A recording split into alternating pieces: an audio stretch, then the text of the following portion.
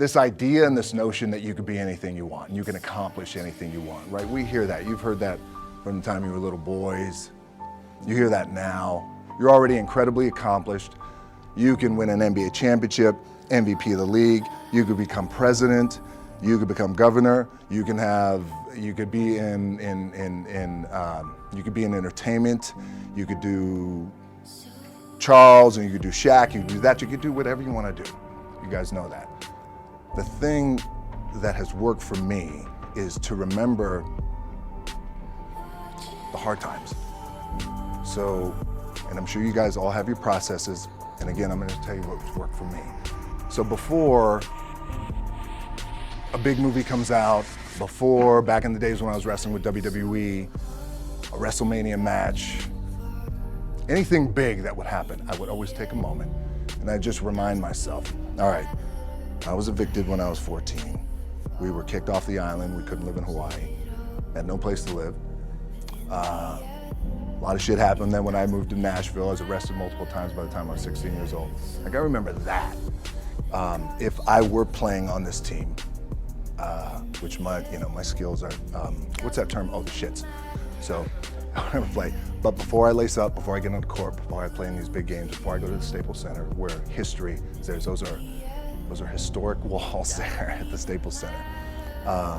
I would remember that, and it allows me then to be present in the moment and understand, holy shit, the stuff I have around me right now, this is the shit that I dreamed of when I was a kid. I am here. I played for University of Miami, played for great teams. Warren Sapp, Ray Lewis, they were my teammates. They were balling.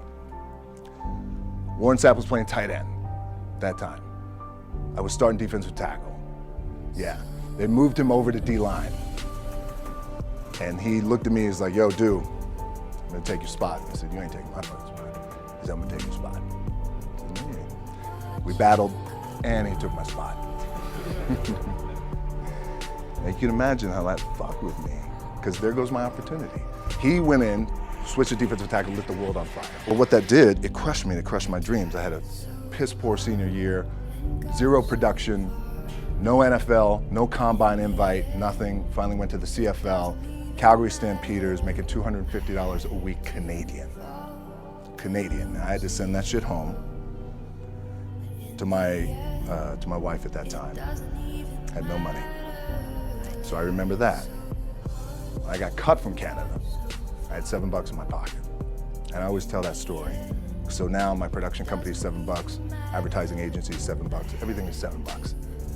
So I always remember that. What helps me is to keep the hard times in the front of my mind, because it allows me to go into these big moments that I've worked my ass off, and you guys have worked your ass off. It allows me to go into these big moments with a different perspective. What it also does for me, and again, this is what works for me. Like, I keep my back, excuse my language, my back is up against this motherfucker. Every day, it's against this fucking wall. Excuse my language, ladies in the room. But it's up against this motherfucker because it's what I believe in. And when my back is against this motherfucker, then there's nowhere to go. But that way, that's it. So I feel like this could be something, an ideology and mindset that could help you, if you look at it that way. Because you made it already.